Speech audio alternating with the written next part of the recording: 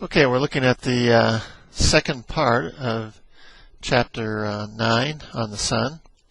And in particular, we want to look at solar activity. Here is a picture of the Sun, a relatively normal Sun, average Sun, showing a few sunspots, but just showing regular activity of the Sun that we're used to. We call this the quiet Sun, just giving us a continuous, steady production of heat and light, resulting in the solar constant of energy that we receive at the Earth. Contrast that with activity on the Sun. This might be, we call this the active Sun, which is characteristic of explosive and unpredictable events, particularly associated with sunspots, more sunspot activity, more prominences, which is also associated with the sunspots, and flares, which is somewhat associated with sunspots as well. So more activity, more things going on with the Sun results in this extra explosion of energy. Here's a close look at sunspots, and they look pretty dark on the bright surface of the Sun. Sunspots are the dark regions on the photosphere, which may be actually thousands of kilometers across. They appear dark because they are cooler than the surrounding photosphere. In other words, the photosphere itself is 6,000 degrees Kelvin. The sunspots are 4,000 degrees Kelvin. Still pretty hot, but cooler than the surrounding area. That's what makes it look darker in contrast. It truly is a contrast thing. Sunspot luminosity is a relative thing. If we look here at the full moon, the full bright orange moon, it looks pretty bright against the contrast of a dark sky behind it. Well, sunspots would still be about as bright as the full orange moon as we see it here. Except the darkness is a matter of perspective. In the case of sunspots, they actually don't have a dark background. They have the photosphere of the Sun, which is a bright background. And when we give it a bright background, the full moon looks pretty dark in relation to the background. And that's the way that sunspots work as well. So it's a matter of how we perceive it in relation to its surroundings. It's a matter of contrast. Here's a look at the spicules and the sunspot and how dark it appears in relation to the brighter, much brighter photosphere and chromosphere around it. Here's a quick exercise in contrast. We look at this square here, and we see two squares, A and B, and the question is, which is darker, A or B? And the answer is they're actually the same shade. It's a matter of how we see things, and if we're comparing A to the white background here and B, we expect to be in the shadow here. It appears like they're different shades, but actually if we compare them with the same color, we can see that A actually bleeds into the same color here, and so does B into the same exact color. So they actually are exactly the same shade. It's a matter of how we see it in contrast.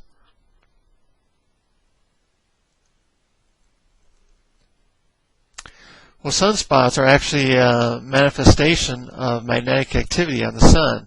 They actually are areas that are magnetic poles extending outward of the Sun with magnetic fields up to 1,000 times greater than the immediate surrounding photosphere.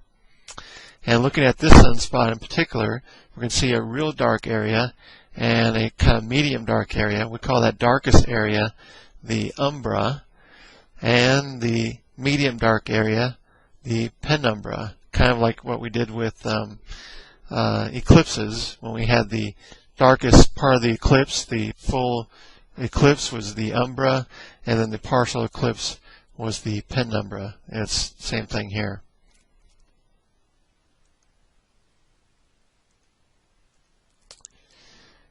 Looking at this beautiful sunspot here,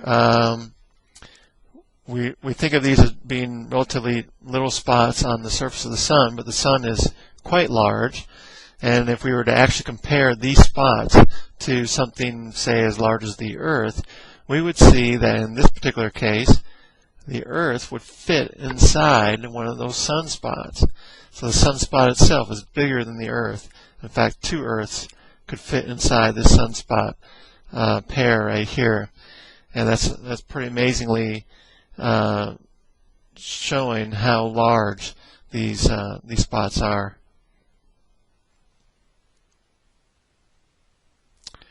Here's sunspot rotating with the sun itself, and as we know, the sun undergoes a differential rotation with the equator rotating faster than the poles. The equator in about 25 days, the poles in about 30 days. Well, a sunspot may last from about 1 to 100 days. So if the sun rotates in, say, approximately 25 days, then we might see a sunspot, a particular sunspot, last maybe up to 4 rotations. So we'd see it go across 4 times. Here's a 2-week period across the front face. A group typically lasts about 50 days, so about halfway in between. So typically we might expect the group to last 2 of those rotations.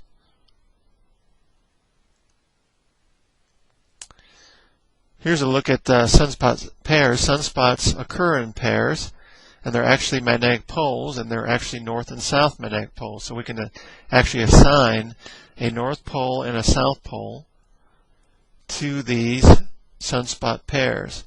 And in this particular case, it would be a north-south, north-south, and then reversed in the opposite hemisphere. We'll explain why in a moment. But in the northern hemisphere, you'll have north-south in one direction, and the southern hemisphere exactly reversed in terms of poles.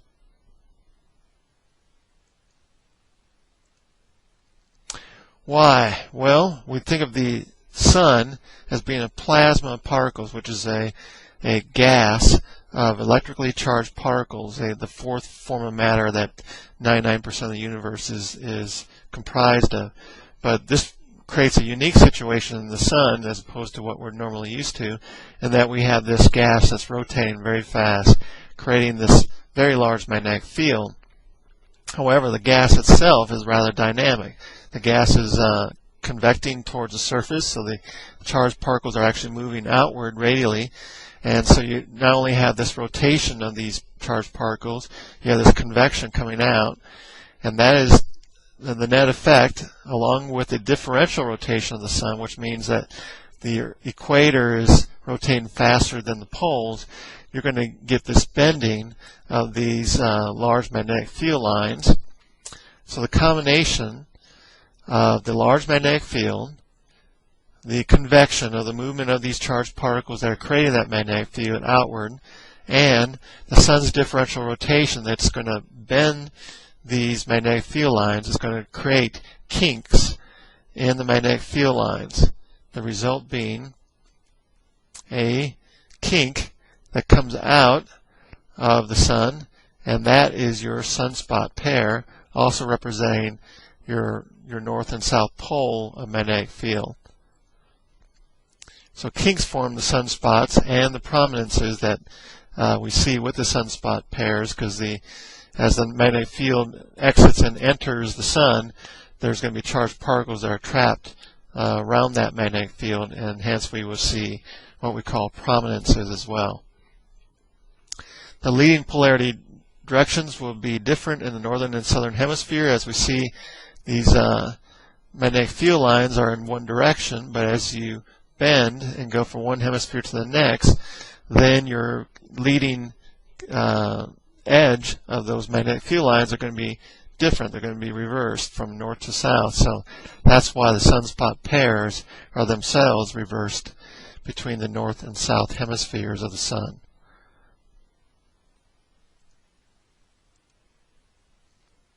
Here's a good look at the north and south pair here, south and north pair in the southern hemisphere.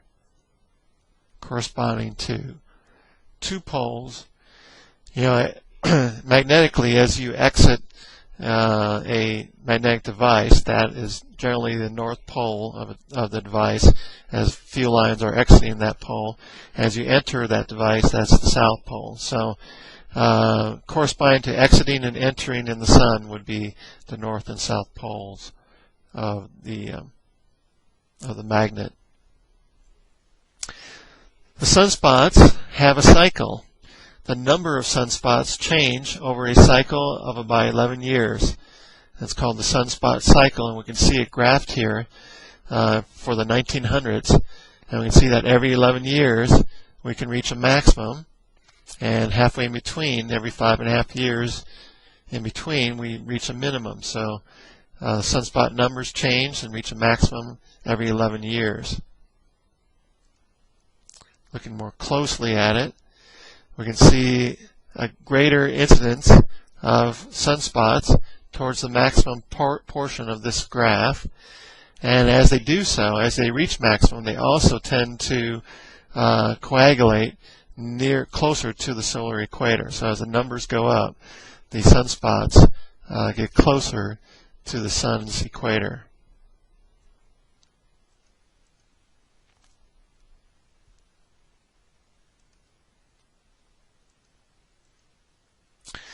This is a pretty regular cycle, except that early in the analysis of this, in the late 1600s, there was a disappearance of this cycle between 1645 and 1715, called the Little Ice Age, that chilled northern Europe. During that time, it was possible that you might get snow in July. There were snowstorms in July, so it was a little ice age that cooled Europe in that time, and it's somehow correlated to the lack of solar activity, the lack of great solar activity with sunspots over that period of time, those 70 years. Another possibility is that was early in the charting of sunspot activity, and maybe the record keeping wasn't so good at that time. At least that's part of my theory. But if you're looking for correlations between sunspot number and weather, this is a good one, the Maunder minimum.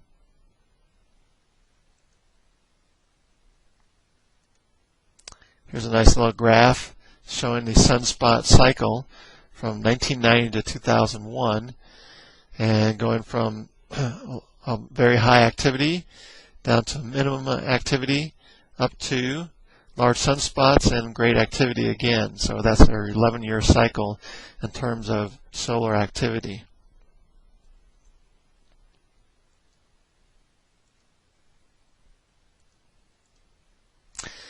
Now, as far as the sunspot number goes, that changes every 11 years, as we said, a maximum every 11 years. But the full sunspot cycle is actually 22 years, because the polarity of the sunspots reverses direction. You remember how we say it's north-south, say in the northern hemisphere, and south-north in the southern hemisphere? Well, that reverses every 11 years, and so you have to go through another cycle in order to truly renew your full cycle. So it's actually 2 cycles of numbers corresponding to a reversal and back again of polarity, and so the true sunspot cycle is 22 years.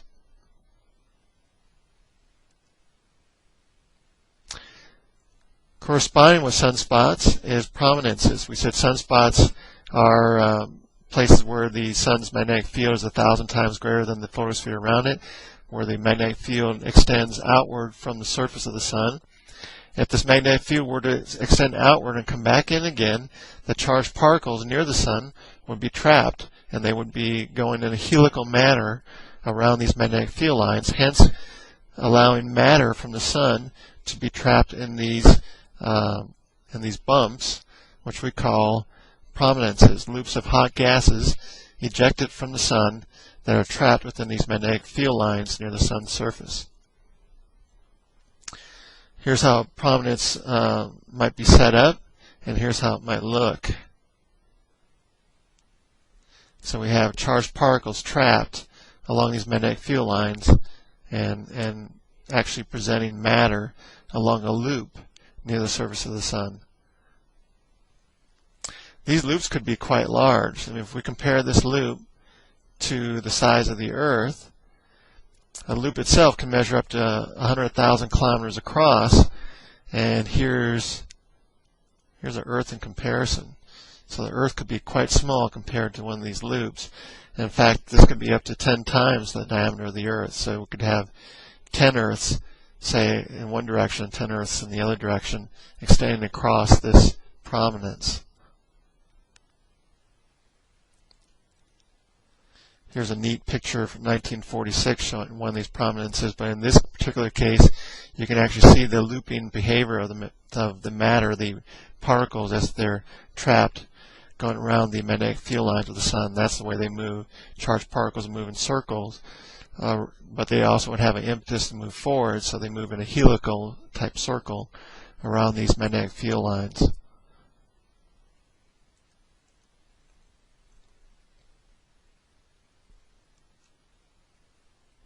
Here's a very nice picture, a recent picture, showing the surface of the Sun and very beautiful prominence.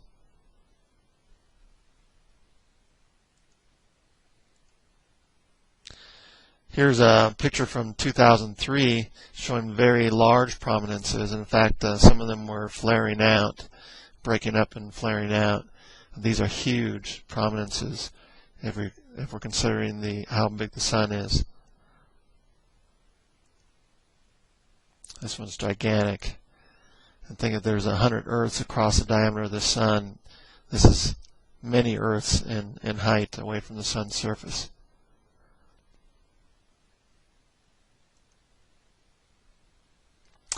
Flares. Well, you know, the Sun has got this convective flow of charged particles towards the surface of the Sun, and that's what gives its granular appearance.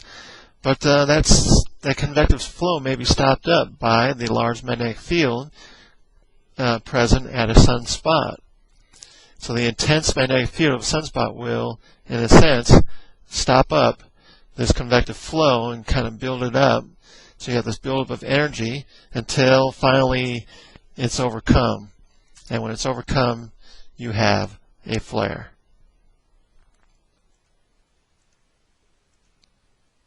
Here's a look at the surface of the Sun, and here's some flare activity as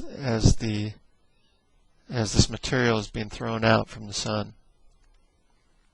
Sudden explosion near an active region of the Sun's surface. Generally, the active region would be near sunspots and prominences. Here's a flare over here, a very large flare over here from the Sun. Flares are more energetic than prominences themselves because the Sun's magnetic field does not have enough energy to hold them back, and hence the material is actually thrown out into space.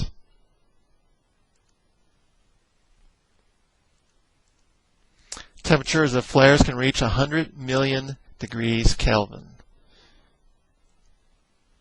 They can affect radio communications and produce spectacular aurorae on Earth. As we'll see, they can be associated with what we're going to call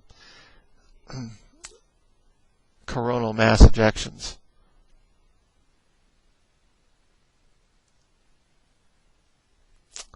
Here's a Sunspot-Flare-Ejection Sequence. Here's a very large sunspot group by itself on the Sun, and that's at 4 p.m. 3 hours later, just kind of looking at the activity of the Sun, we can see the flare starting to emerge at 7 p.m.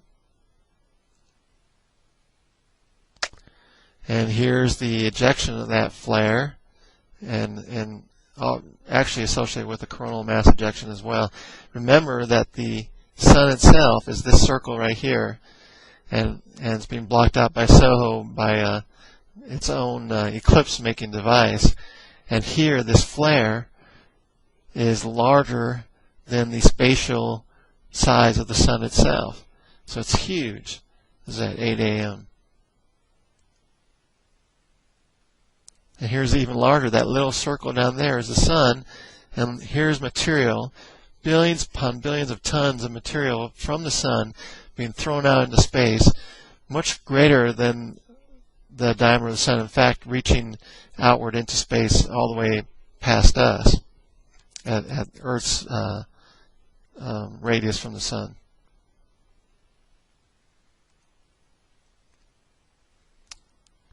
Here's the largest recorded flare back in 2003. Nice little animation of that, November 4th, 2003. You can see the prominence there and then the flare.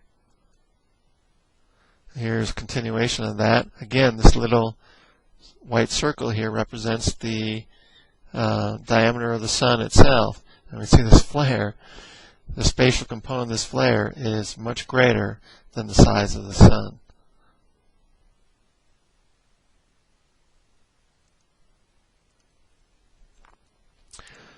Well, as mentioned, associated with a flare, and a very large flare in this case, could be a coronal mass ejection, which would be ejection of a lot of matter of the sun at one time out into space. It's a magnetic bubble of ionized gas that can eventually impact the Earth's magnetic field if it were thrown in our direction. As we see in this picture, we have a coronal mass ejection, a lot of charged particle material, a lot of mass from the sun being thrown out into space, and hence impacting the Earth over here, the Earth being somewhat protected by its own magnetic field, which is a good thing.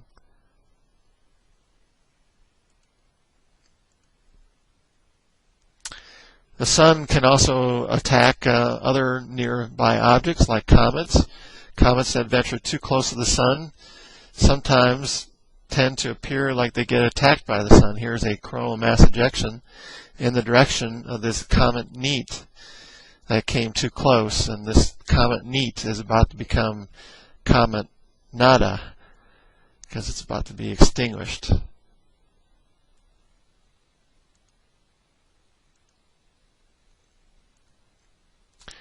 Well, we said that the solar wind escapes through coronal holes, and that's true. So we always are being bombarded by charged particles from the sun, and that's a constant thing. But the coronal mass ejections is a greater impetus of that mass. So a coronal mass ejection is an addition to this constant barrage of particles that we receive from the solar wind.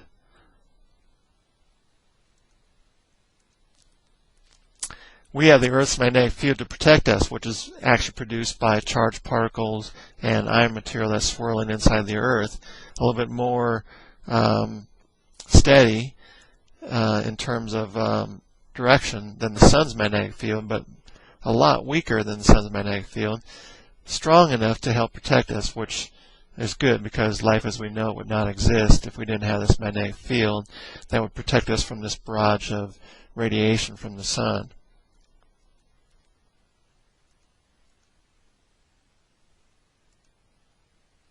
Here's another look at it, kind of enhanced.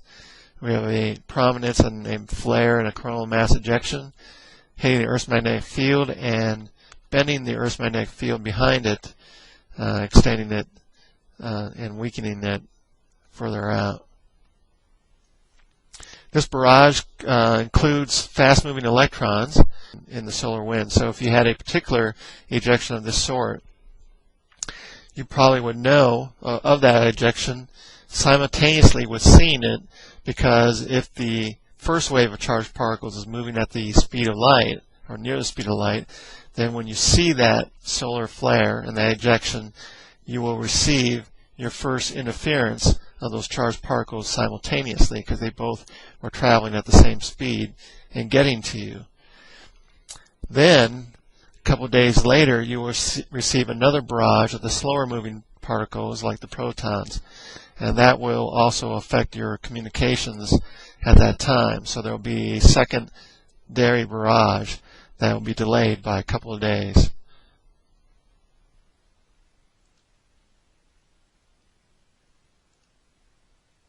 Here's the impact of the solar wind on the Earth's magnetic field. kind of bending it outward behind us, away from the sun.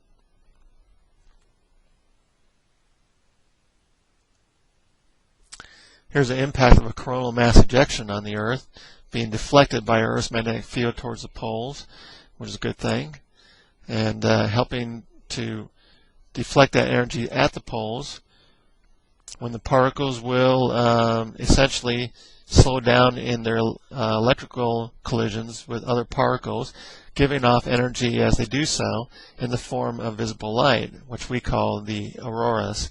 So we have the aurora borealis and the aurora australis to the north and south respectively. And we have these northern lights, and they can extend much more southern if there are more charged particles impacting the Earth at some time. So sometimes the northern lights can extend down into the mid-United States or so, because the sun's activity might be high at that time.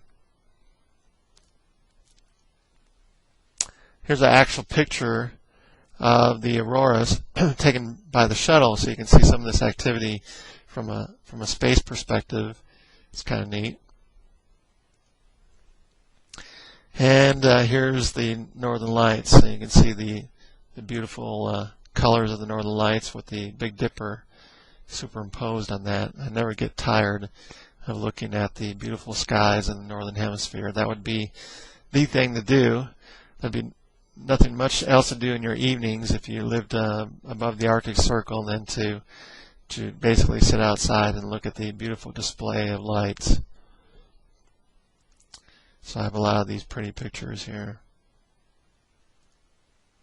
The northern lights, the green and red and different colors.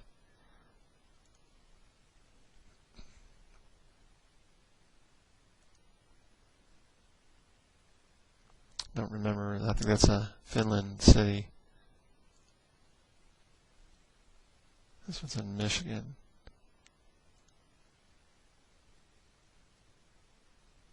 Almost looks like a modern painting. Here's one with a spooky face in it. Can you see the spooky face in this northern light picture? I'll give you a hint. It kind of looks like the ghost from Ghostbusters. So you can see the ghost here, and you can see a spooky face over here. Here's a little bit more help. There. So you can see the eyes, nose, and the mouth right there.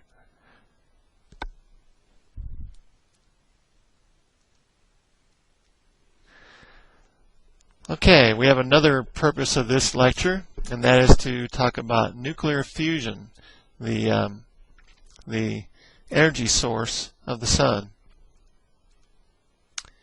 Nuclear fusion occurs in the sun's core. It's the nuclei of several atoms of hydrogen are fused together to form a larger atom of helium. In the process, a little bit of mass is lost. It's not totally lost because mass can't be destroyed, but it can change into an equivalent amount of energy, and that is the energy of the sun.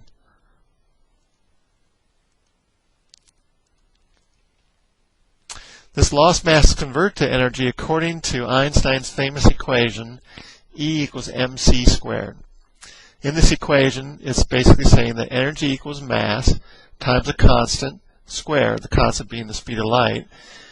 You can always choose any kind of unit system you want, so you can always basically get rid of constants if you choose the right units. So basically this equation says that energy equals mass, and mass equals energy. They are equivalent. And so there's an equivalent amount of energy associated with a certain amount of mass.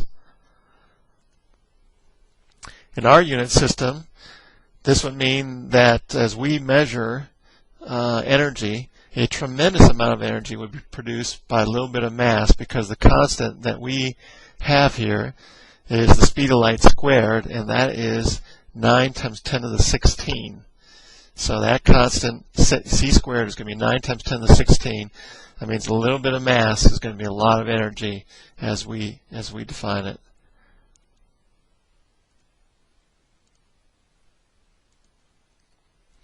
This fusion reaction requires temperatures of at least 10 million degrees Kelvin. And we already know that in the center of the Sun, the temperatures reaches about 15 million degrees Kelvin. So we have adequate temperatures for this to occur.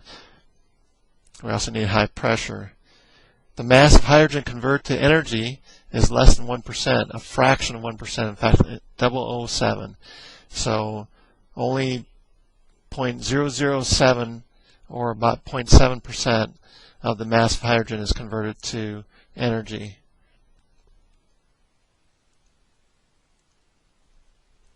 How does this work? Well, normally hydrogen, which is basically a proton nucleus, pure hydrogen is just a proton nucleus. Normally they would be electromagnetically repulsed by each other. There's no way they would ever get close for any kind of interaction. But if the temperature is high enough so they have enough energy, then they might be able to be forced to get closer than they should. And when that happens, a different kind of force takes over that is stronger than the electromagnetic repulsion. And that is the strong nuclear force. So high temperature gives the protons high enough energy to get close enough for this strong nuclear force to take over. The strong nuclear force is what holds the nuclei of atom together in the first place. That holds protons and neutrons and bigger atoms. In hydrogen, there's only one particle, the proton, but if they get close enough, then they will fuse together. Once the fusion reaction takes place, then you form a new element, and that is the fusion, and a little bit of mass is lost. Without this strong force in the universe, all the universe would just be pure hydrogen. Hydrogen protons flying around. There would be no greater atoms than that, no other element than that. There would be no complicated molecules, nothing. Life as we know it would not exist. Nothing beyond hydrogen would exist if we did not have this strong nuclear force. And so that's an essential item in the universe. Here's how it might happen step by step. Take two hydrogen protons, merge them together, come up with a deuteron, which is heavy hydrogen, which is a proton and a neutron being just about the same mass as a proton. And when you combine these, at least if you were into nuclear physics, you would find that you would create a positron and a neutrino. More about neutrinos later, but you would create these two other little particles as well. Positron being a positively charged electron.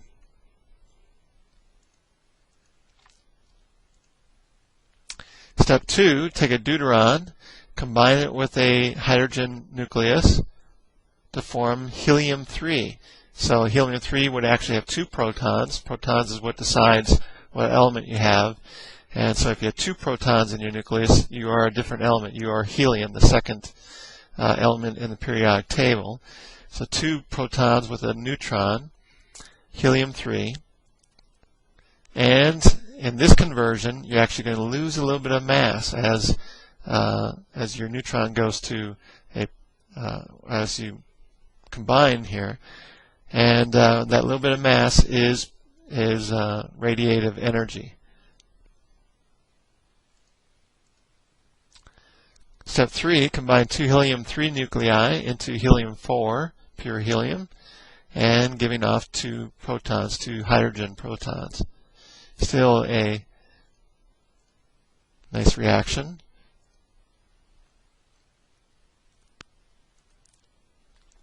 So ultimately, this is what's happening. Start off with 4 protons, form your helium-3, and eventually your helium-4 atom. So you're going to go from 4 protons into helium-4. In the meantime, what you've done is produce 2 neutrinos and converted a little bit of mass into a lot of energy in form of gamma rays. And that is the energy from the fusion reaction. Now, fusion reaction, we have never been able to harness that on the Earth. We've been able to duplicate it in a sense, through what is called the hydrogen bomb. I mean, we've had the atomic bomb, which is a fission reaction. That's when uranium fissions into ultimately lower elements like lead. But in the process, that gives off energy from the bonds in the uranium. But here, where the strong nuclear force is involved and where masses convert to energy, that's fusion. And in the hydrogen bomb, it takes an atomic bomb to produce these conditions where fusion can take place, like the conditions of the center of the sun. So you ignite a fission bomb, atomic bomb, to create a fusion bomb, the hydrogen bomb, which is far more explosive. Those were the bombs that were created in the 1950s, long after the atomic bomb was dropped on Hiroshima and Nagasaki in 1945. So the hydrogen bomb has never been used on people. It's been exploded. It's far greater in magnitude, but it is a fusion reaction, not quite harnessed for a good purpose yet on Earth.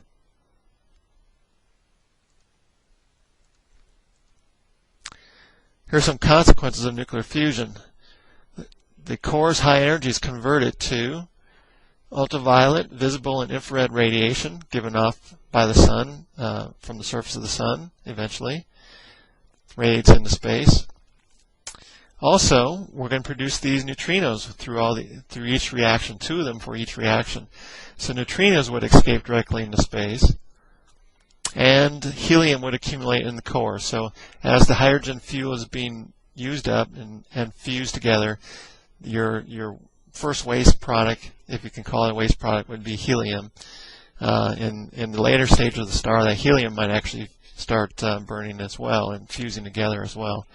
But a waste product would be helium accumulating in the core. So that's why the star actually contains mostly hydrogen and some helium.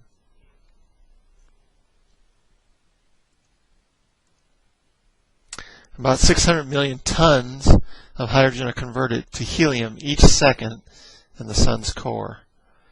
Only a fraction, 0.007, is converted to energy, yet this is enough energy to sustain production of the sun in a relatively stable way for about 5 billion more years. The sun is about 5 billion years old, so it's about halfway through its lifetime, and we can expect it to go on for another 5 billion years, so nothing to worry about there, about using up too much hydrogen.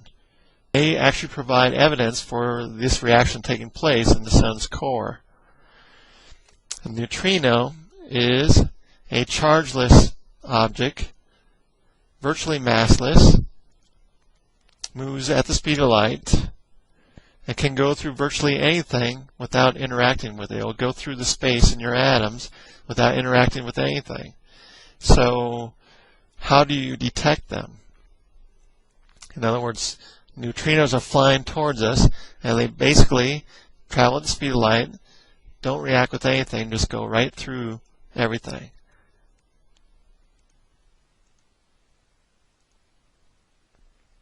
In fact, here's the neutrino family portrait. You can see father neutrino and mother neutrino and baby neutrino. That's a cute little baby neutrino there. You can't see anything. It's a neutrino family portrait. Here's a neutrino Christmas card. We're just wishing you well as we just passed through. And here's a nice picture of the family around the Christmas tree. Neutrino Christmas tree, which you can't see either.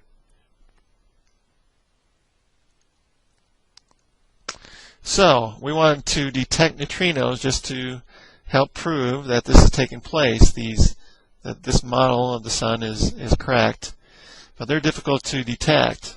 One way to detect them is that they can convert chlorine atoms to argon atoms, giving off a little photon when they do. So, 4 large neutrino detectors have been constructed, and they usually detect it in, in abandoned underground mines. Here's one in Japan with a little water lake, and each of these bulbs is a part of this detector. In fact, in this particular location, one imploded sensor started a change and started imploding all the sensors near it and destroyed half the detectors in one chain reaction, kind of like bubble wrap. I mean, if you push in one bubble, you just can't stop. You have to push in all the bubbles. So it's kind of like a uncontrollable chain reaction.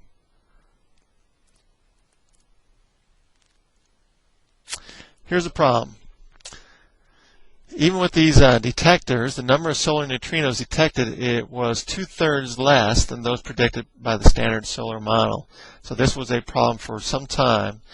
And the experimenters around the world were coming up with this result, that the number of neutrinos were 2/3 less than what they should have been, and hence people were worried about why this was taking place.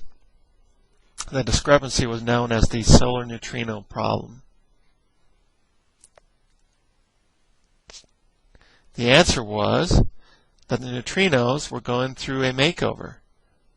Here's how they looked beforehand on their way to the Earth, looking like nice, undetectable neutrinos for the most part. And this is what they looked like afterwards. Yep. They went through a makeover from virtually undetected to virtually undetected. But they changed from one neutrino, basically, into another neutrino. Most likely explanation is that some of the neutrinos changed form on their 8-minute journey to Earth. This is called neutrino oscillation. This solution, discovered in part by Dr. Ray Davis and the Japan group that was measuring the neutrinos, was awarded the Nobel Prize in Physics in 2002.